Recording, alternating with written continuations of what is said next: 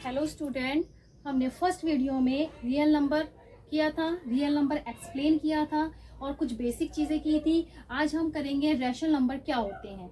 Rational number के definition क्या होती है? The number of the form p upon q where p and q are integers and q not equal to 0 are known as a rational number.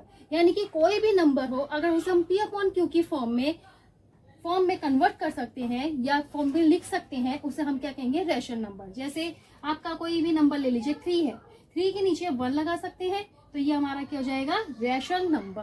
कोई भी number ले लीजिए, 2 upon 1, ये भी आपका क्या हो जाएगा? Rational number. ठीक है, -1 अपॉन 1, ये भी आपका क्या होगा? Rational number. Rational number clear हुआ। इसके बाद कुछ इसमें पॉइंट्स हैं, आपके नोट्स याद रखिएगा। There is a not least और ग्रेटेस्ट नंबर। ना तो आपका इसमें सबसे छोटा और ना ही ग्रेटेस्ट रैशनल नंबर होता है। Second point, 0 is a rational number. क्यों? क्योंकि हम 0 को भी क्या लिख सकते हैं? 0.1 लिख सकते हैं, इसलिए आपका क्या ये भी रैशनल नंबर है। Every natural number is a rational number. ये जितने भी नेचुरल नंबर होते हैं वो सब क्या कहलाते हैं? आपके रैशनल नंबर।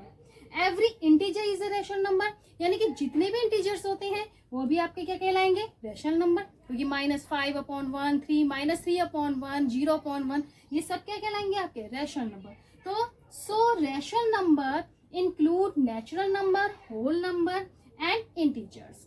आपको यहाँ तक क्लियर है? आप इसे नोट कर लीजिए, फिर आगे चलते हैं।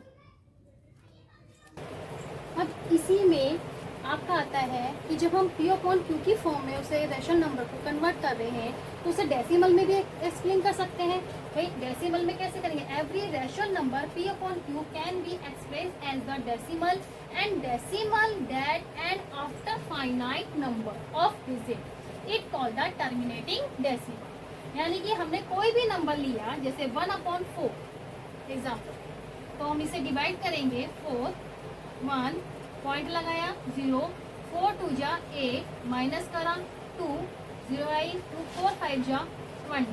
तो आपका आंसर क्या आया? 0.25।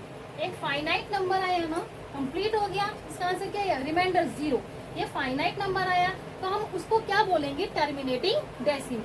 कोई और एग्जांपल ले लीजिए, 13 अपॉन 5, इसे डिवाइड करके देखिए, 5 30, 5 2 जा 10, 3 पॉइंट लगाया 0, 5 6 जा 30। आपका आंसर क्या आया? 2.60। यानी कि ये भी क्या आपका? टर्मिनेटिंग, क्योंकि इसका एंड हो गया, रिमाइंडर क्या गया? 0। तो जो भी नंबर है आपके p अपॉन q की फॉर्म में है, हम उसे इन्वर्ट कर सकते हैं डेसिमल में। और डेसिमल में करने के बाद अगर उसका डिवाइड करने के बाद वो फाइनाइट नंबर आता है, फाइनाइट नंबर्स आते हैं, तो वो क्या कहलाता है? आपका टर्मिनेटिंग डेसिमल। क्लियर है यहाँ तक? आप इसे नोट कर लीजिए, आगे चलिए।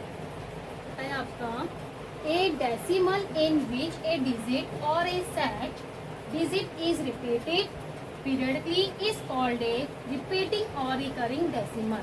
यानी कि जो भी आपका नंबर है, अगर उसे डिवाइड करने के बाद वो बार बार वही नंबर रिपीट हो रहा है, तो वो आपका कहलाएगा रिपीटिंग डेसिमल या रिकरिंग डेसिमल।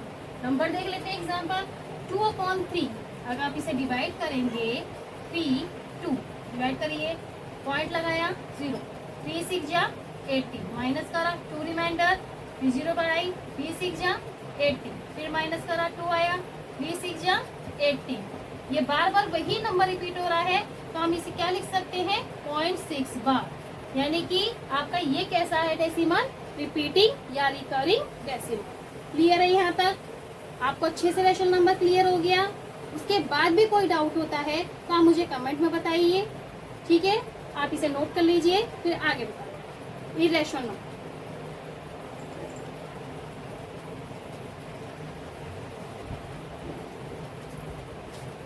नेक्स्ट टॉपिक आता है हमारा irrational number. Rational number clear हो गया आपको? उसमें कोई डाउट तो नहीं है कि भाई मैंने बताया टर्मिनेटिंग किसे बोलते हैं, रिपीटिंग किसे बोलते हैं। अब इररेशनल नंबर किसे बोलते हैं? जो रैशनल नंबर नहीं होते, तो क्या होंगे आपके? Irrational number. Real number which can not be express in the form p upon q and whose decimal expansion are non terminating and non repeating decimal। वो सब कहलाएंगे आपके इरेशनल नंबर। उसी का अपोजिट यानी कि जो हम P अपॉन Q की फॉर्म में नहीं लिख सकते और हमारा जो भी टर्मिनेटिंग नहीं आएगा, नॉन रिपीटिंग नहीं होगा, वो सब क्या कहलाएगा आपका इरेशनल नंबर। जितने भी प्राइम नंबर होते हैं रूट में, ये सब आपके क्या कहलाते हैं इरेशनल नंबर। क्या कहलाएंगे आपके सारे इरेशनल नंबर। क्लियर है आपका? अभी मैंने आपको क्या बोला, नॉन टर्मिनेटिंग। नॉन टर्मिनेटिंग का मतलब कोई भी नंबर रिपीट नहीं होगा, ठीक है। मतलब ये है कि डिवाइड करे जा रहे हैं। एक फाइनाइट नंबर। टर्मिनेटिंग का मतलब क्या होता है कि हमने डिवाइड करा, हमारे पास एंड हो गया, रिमाइंडर 0। इसमें क्या है, हमारा रिमाइंडर 0 नहीं आएगा, तो वो आपके कहलाएंगे नॉन टर्मिनेटिंग। नॉन रिपीटिंग यानी कि वो नंबर हम जिसे डिवाइड कर रहे हैं बार बार रिपीट नहीं होगा।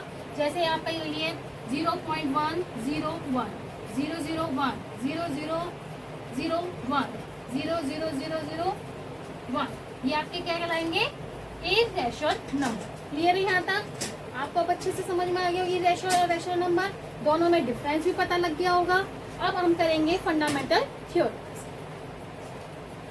Composite number can be expressed as a product of primes and this factorization is unique apart from of the order in which a prime factors occurs। ये हमारी थ्योरम है फंडामेंटल थ्योरम कि आपका कोई भी कंपोजिट नंबर है हम उसे किस में एक्सप्रेस कर सकते हैं, प्राइम नंबर्स में। कैसे? जैसे आपने लिया एग्जांपल के तौर पे 36 के फैक्टर करके देखिए क्या आएंगे, 2 से करेंगे 2 1 जा 2, 2 8 जा 16, 2 9 जा 18, 3 3 जा 9, 3 1 जा 3।